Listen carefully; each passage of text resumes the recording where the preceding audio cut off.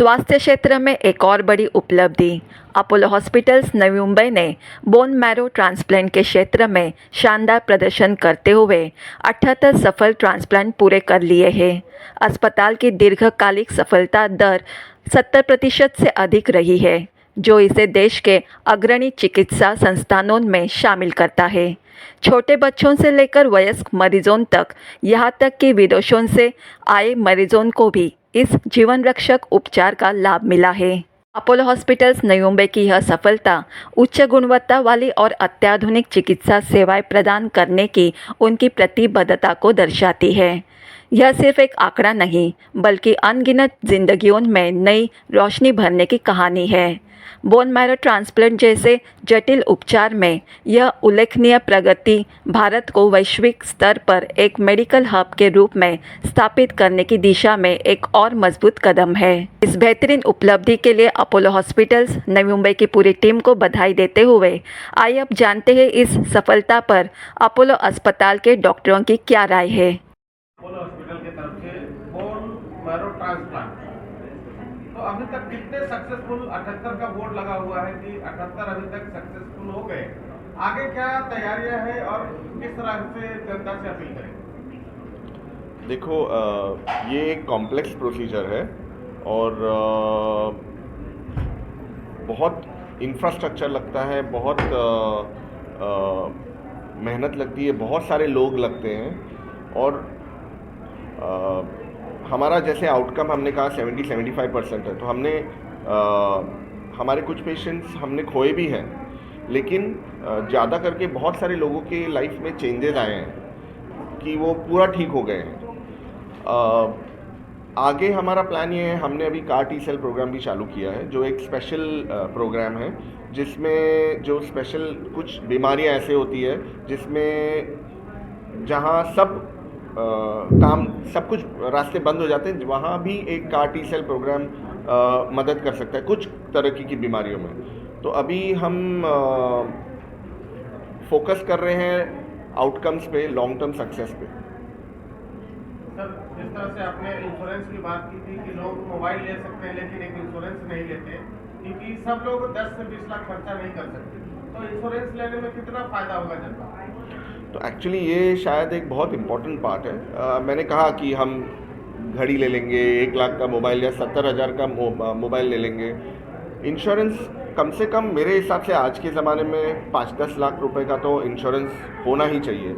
और अगर थोड़ा सा भी जहां आप सेव कर सकते हैं आप इंश्योरेंस में डालें, क्योंकि ये सब बीमारियों में गवर्नमेंट भी मदद करती है, क्राउड फंडिंग भी होता है, लेकिन अगर आपका इंश्योरेंस हो तो बहुत सारी चीज़ें सॉर्ट आउट हो जाती है। क्योंकि एंड ऑफ द डे अस्पताल का खर्चा है, दवाइयाँ हैं, इंस्ट्रूमेंट्स है, इक्विपमेंट्स है, प्रोडक्ट्स है, मशीन्स है, उनका खर्चा तो होने वाला है। तो मैं एक मैसेज ज़रूर देना चाहूँगा, अपना रेगुलर हेल्थ चेकअप करवाइए, 6-6 महीने में हो या आपके डॉक्टर जहाँ आप एक्सेस कर सकते हैं। अपोलो का बहुत अच्छा हेल्थ स्क्रीनिंग प्रोग्राम है और अपने इंश्योरेंस, अपने फैमिली को इंश्योर्ड रखिए। सर, अपोलो जो है साइलेंट नाम रोशन हो रहा है अपोलो का, जिसमें बाहर देश के भी लोग आके यहाँ पर ट्रीटमेंट ले रहे हैं और बता रहे हैं कि हमको अच्छा से अच्छा ट्रीटमेंट मिला है, तो क्या कहना चाहिए? आई थिंक ये एक ऐसी फैसिलिटी है जो यूज़ करनी चाहिए अपने देशवासियों को भी, और जहाँ से लोग आ सके। हमारे काफ़ी सारे दूसरे बाहर से पेशेंट्स आते हैं, अफ्रीका से, मॉरिशस से, गल्फ से, नॉर्थ के भी काफ़ी कंट्रीज हैं, वहाँ से भी आते पेशेंट्स। तो ये कि अभी तो अपना एयरपोर्ट भी आ गया नवी मुंबई में, तो ये डेफिनेटली एक्सपांड होगा जो प्रोग्राम है। और मुझे लगता है कि ये फ़ायदा अपने लोकल लोगों को और भी लेना चाहिए जहाँ ज़रूरत हो। ये सारी चीज़ें कम कॉस्ट पे भी कर सकते हैं। जो है सर, नवी मुंबई और मुंबई पूरे महाराष्ट्र के लोगों से किस तरह का अपील करना चाहिए? मैं सिर्फ ये कहूँगा कि अपनी हेल्थ पे ध्यान दीजिए, अपना हेल्थ चेकअप रेगुलरली करवाइए, क्योंकि डॉक्टर विपिन भी अग्री करेंगे, डॉक्टर अभिजीत भी अग्री करेंगे कि बहुत सारी बीमारियां हमें रूटीन हेल्थ चेकअप पे पता चलती। मैं तो बोलूँगा 50-60% लोगों को पता भी नहीं चलता है कि उनको ये बीमारी है। जो मैंने सिम्टम्स बताए, गांठें आना और हीमोग्लोबिन कम होना, कमज़ोरी महसूस होना, ब्लीडिंग, ये शायद 20-30-40% पेशेंट्स में होता होगा, एटलीस्ट 50% लोग मैं बोलूँगा रूटीन हेल्थ चेकअप पे पता चलता है। तो उस अपना हेल्थ चेकअप पे ज़रूर ध्यान दीजिए। स्टेज 1, 2, 3, 4 ऐसा कुछ सिस्टम है कि जिसमें मालूम पड़ जाए और पेशेंट की जान बच जाए? नहीं, तो जैसे खून के कैंसर्स में स्टेजिंग अलग प्रकार की होती है। जैसे एक सॉलिड ट्यूमर होता है, अभी आज का एरा ऑर्गन स्पेसिफिक डिपार्टमेंट, जैसे अपोलो की खासियत ये है कि हर एक ऑर्गन स्पेसिफिक डिपार्टमेंट, जैसे सर्जिकल ऑन्कोलॉजी है, हमारे जो डायरेक्टर है डॉक्टर डी क्रूज, या मेडिकल ऑन्कोलॉजी जैसे सॉलिड ट्यूमर्स है, सार्कोमास हो, ब्रेस्ट कैंसर्स हो, वैसे ही एक हीमेटो ऑन्कोलॉजी होता है जिसमें हीमेटो ऑन्कोलॉजी मतलब रक्त के कैंसर्स और खून की बीमारियां जैसे जो नॉन कैंसरस हो, जैसे एप्लास्टिक एनीमिया हो, इम्यूनोडेफिशिएंसीज हो, ऐसी ब्लीडिंग डिसऑर्डर्स हो। हमारा हीमोफीलिया का प्रोग्राम भी हमने चालू किया है, वो काफ़ी चल रहा है। और क्लॉटिंग टेंडेंसी, जैसे कोविड में क्लॉटिंग हो गया, तो खून के कैंसर्स और खून की बीमारियां का स्पेक्ट्रम काफ़ी सारा है, लेकिन बहुत स्पेशलाइज्ड केयर है जिसके लिए अस्पताल का सपोर्ट बहुत मायने रखता है। और वो मुझे लगता है कि क्योंकि इतनी अच्छी फैसिलिटी अवेलेबल है आसपास, यूज़ करनी चाहिए। सर, आपको मीडिया को भी धन्यवाद देना चाहिए कि छोटी बड़ी जो खबर अपोलो की होती है, हम लोग आते हैं और दिखाते क्या करें। ज़रूर, मैं तो बोलूँगा मेरे मीडिया के सारे दोस्तों को सारी खबर रखनी चाहिए, और वी आर वेरी थैंकफुल कि लोगों तक आवाज़ पहुँचाना मीडिया की मदद से ही होता है। और सच और कितना आउटकम्स है, क्या है, वो सब। Thank you sir. मैं दो चीज़ें कहना चाहूँगा कि अभी हमने जो जो सुना, बड़ा आज एक ओवरव्यू आपको मिला। हेल्थ चेक ये प्रोग्राम जो एनुअल हेल्थ चेक, काफ़ी सारे कंपनीज़ में काफ़ी सारे लोग आजकल खुद से ही एक साल में हेल्थ चेक करते हैं या करवाना चाहिए, लेकिन बच्चों का हेल्थ चेक नहीं होता। बाय एंड लार्ज 2 साल के 5 साल के बच्चे का ब्लड निकालना नहीं चाहोगे।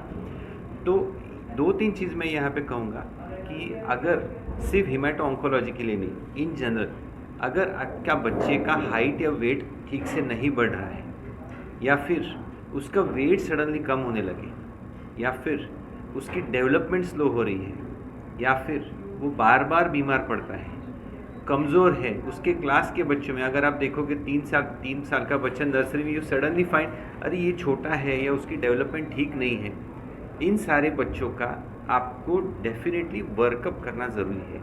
ये ज़रूरी नहीं कि उसमें क्या निकले, वो अलग प्रॉब्लम है, पर ध्यान रखना ज़रूरी है। बस ये एक सिंपल चीज़ है कि अगर आपके बच्चे का वेट लॉस हो, कमज़ोर है, बार बार बीमार हो रहा है, उसकी डेवलपमेंट ठीक नहीं है, अगर वो आपके कंपैरिजन के जो बच्चे हैं उनमें कहीं कमी लग रही है, तो उसका बराबर से हेल्थ चेकअप करो, अच्छे डॉक्टर के पास जाओ, और शायद उसमें कुछ ट्रीटेबल बीमारी निकल के आए। नंबर 2 कि जैसे अभी हमने देखो कई सारे बार ये मुश्किल घड़ी जब आती है, चाहे वो ब्लड कैंसर हो या कोई भी हो, डर सबको लगता है, चिंता सबको होती है, फाइनेंसेस भी एक बड़ा इशू होता है, पर अगर आप कोशिश करोगे तो इस दुनिया में हेल्प मिलती है। मेडिकल ट्रीटमेंट आज इंडिया में बहुत अच्छी क्वालिटी की अवेलेबल है। आपने जैसे देखा एक केनिया का पेशेंट था, लेकिन ऐसे कई सारे पेशेंट्स हैं जो बाहर के देशों से आते हैं। तो हमारा काम है सही जगह पहुंचो और फिर रास्ता मिल जाता है।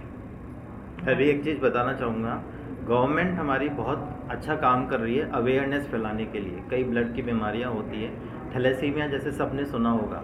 थैलेसीमिया एक ऐसी बीमारी है, अगर बच्चे को होता है मेजर वाला, तो उसको फिर लाइफ लॉन्ग या तो ब्लड चढ़ाना पड़ता है या बोन मैरो ट्रांसप्लांट ही एक ऑप्शन है। इस बीमारी को हम प्रिवेंट कर सकते हैं अगर हम स्क्रीनिंग करते हैं, जैसे कि कोई प्रेग्नेंट महिला होती है या जब भी शादी होती है, दोनों का थैलेसीमिया का सिंपल टेस्ट करते हैं, जैसे कुंडली मिलाते हैं वैसे ही अगर थैलेसीमिया का टेस्ट करते हैं, अगर 2 माइनर की शादी होती है तो एक मेजर थैलेसीमिया पैदा हो सकता है। गवर्नमेंट ऑलरेडी इस पे बहुत काम कर रही है अवेयरनेस फैलाने के लिए, लेकिन आप लोग भी इस चीज़ में काफ़ी हेल्प कर सकते हैं, अवेयरनेस फैला सकते हैं कि थैलेसीमिया हो गया, सिकल सेल डिजीज़ हो गया, ये सब जेनेटिक बीमारी होती है। तो अगर हम इस चीज़ के लिए अवेयर करेंगे, लोग बागों को सावधान करेंगे, तो डेफिनेटली इससे काफ़ी समाज को मदद मिलेगी।